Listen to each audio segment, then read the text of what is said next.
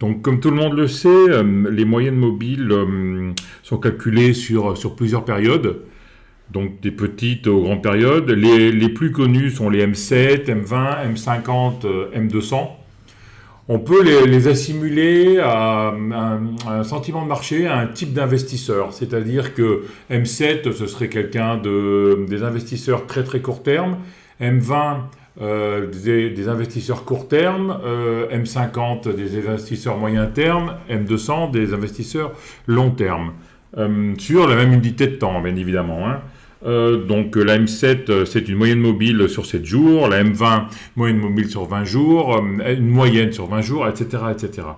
Ce qui est très connu, en fait, c'est les croisements de moyenne mobile. C'est-à-dire que quand on a une moyenne mobile de période inférieure qui croise une moyenne mobile de période supérieure, et que les deux sont haussières, c'est un signal d'achat, normalement. Et l'inverse, si la moyenne mobile inférieure casse la moyenne mobile supérieure à la baisse, et que les deux sont descendantes, c'est un signal baissier. Ce que j'aime beaucoup travailler, c'est les non-croisements. Donc les non-croisements haussiers, par exemple, c'est-à-dire qu'on a la M7 qui est montante, donc les investisseurs très court terme qui sont rentrés sur le titre, avec la M20 qui est montante, comme on peut voir ici. Par exemple, je prends l'exemple de Valneva, sur le mois de décembre. Donc on a un signal d'achat, la M7 qui casse la M20. On a la M7 montante, la M20 montante. Donc on a deux flux acheteurs, les acheteurs très court terme plus les acheteurs court terme. On fait un nouveau plus haut. Normalement, c'est un excès, c'est-à-dire que la distance entre la bougie et la M20 est assez grande. Ensuite, la M7 vient corriger, c'est-à-dire que les acheteurs très court terme vendent et les vendeurs reprennent la main. Donc, on a les cours qui descendent. La M7 qui revient vers la M20. Et là, on dit, ça y est, on va avoir le signal baissier, c'est parti. Non, en fait, quand la M7 vient sur la M20, elle touche la M20. Normalement, elle ne la traverse pas, sinon ça s'appelle un faux croisement haussier. Mais là, dans ce cas, on va considérer que c'est un non-croisement. Et la M7 change de direction et revient vers le haut. Et là, on voit vraiment une autre accélération. Parce qu'on a toujours les investisseurs court terme qui sont dans le très court terme qui sont sur le marché, et les investisseurs très court terme qui reviennent. Voilà. Donc l'idéal, c'est les cours qui reviennent taper la M20, qui travaillent un peu la M20. Donc là, on peut déjà commencer à prendre une première position, et après, on repart, et la M7 repart vers le haut. Donc là, on voit encore une deuxième hausse. Moi, j'appelle ça, en fait, quand la M7 vient sur la M20 et se cambre et repart vers le haut, pour moi, c'est la fin d'un mouvement de consolidation. C'est-à-dire que là, on aurait un premier mouvement,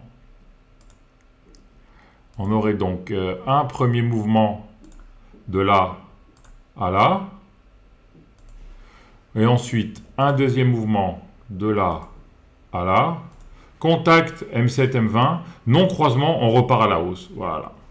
Après, pareil, la M7 remonte, la M7 revient vers le bas, donc les cours descendent, mais l'action est tellement haussière qu'on recommence à venir vers le haut sans venir toucher la M20. Donc là, ça veut dire que l'accélération qui se suit va être très très importante.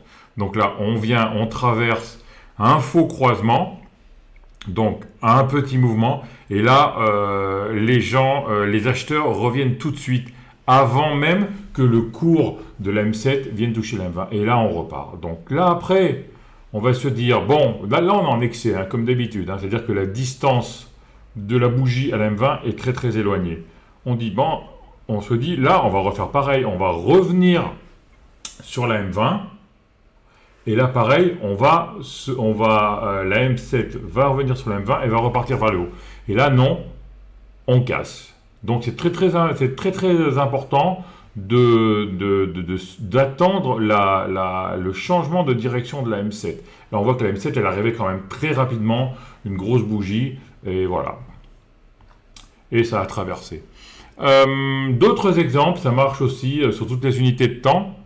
Là, j'ai Metex, par exemple. Donc, pareil, une première impulsion, on revient sur la M20, on travaille la M20, on repart. Pareil, une autre impulsion, on revient sur la M20, on repart. Donc là, on est en daily. Cela marche bien évidemment dans toutes les unités de temps. Bon, ce qu'il faut se dire aussi, c'est que plus on descend dans les unités de temps, plus on va dans le bruit, et moins les signaux sont faibles, sont fiables. Donc Metex, on était en journalier. Là, on va voir ce qui se passe en 5 minutes aujourd'hui. Qu'est-ce qui s'est passé? On a eu une hausse, la fin d'une hausse, une consolidation. On est venu chercher la M20, une impulsion, et la M7 qui repart vers le haut. On casse les nouveaux plus hauts, et là, on part en euphorie. Voilà. Là, on avait envie de faire la même chose, on revient, on remonte, on n'arrive pas à casser les derniers plus hauts, et là, on casse. D'autres exemples, Carbios en journalier, là, on voit, première impulsion, on vient travailler la M20, on repart, pareil, excès, donc très grande distance entre la M20 et la bougie, on revient, la M7 commence à changer de direction, contact sur la M20 des bougies et on repart. Et là, on traverse. Pareil pour Figeac en daily, M7, on part, excès, on revient vers la M20, on ne vient même pas toucher, la M7 ne vient même pas toucher la M20, par contre la bougie oui, et on repart de nouveau vers le haut. Et pour finir, aux immunos, voilà, une première impulsion ici, la M7 revient vers la M20, et deuxième impulsion là. Et là on est en train d'essayer de faire une troisième, on verra ce que ça donne. C'est pas gagné quand même là, parce que là on arrive en horizontal, on va voir ce que ça donne. Et ça marche bien évidemment dans le sens inverse. Hein. Donc on peut avoir des non-croisements baissiers. Donc ça peut être très intéressant pour ceux qui aiment bien rentrer assez tôt dans les hausses, dans les fins de baisse, dans les retournements de tendance. Voilà.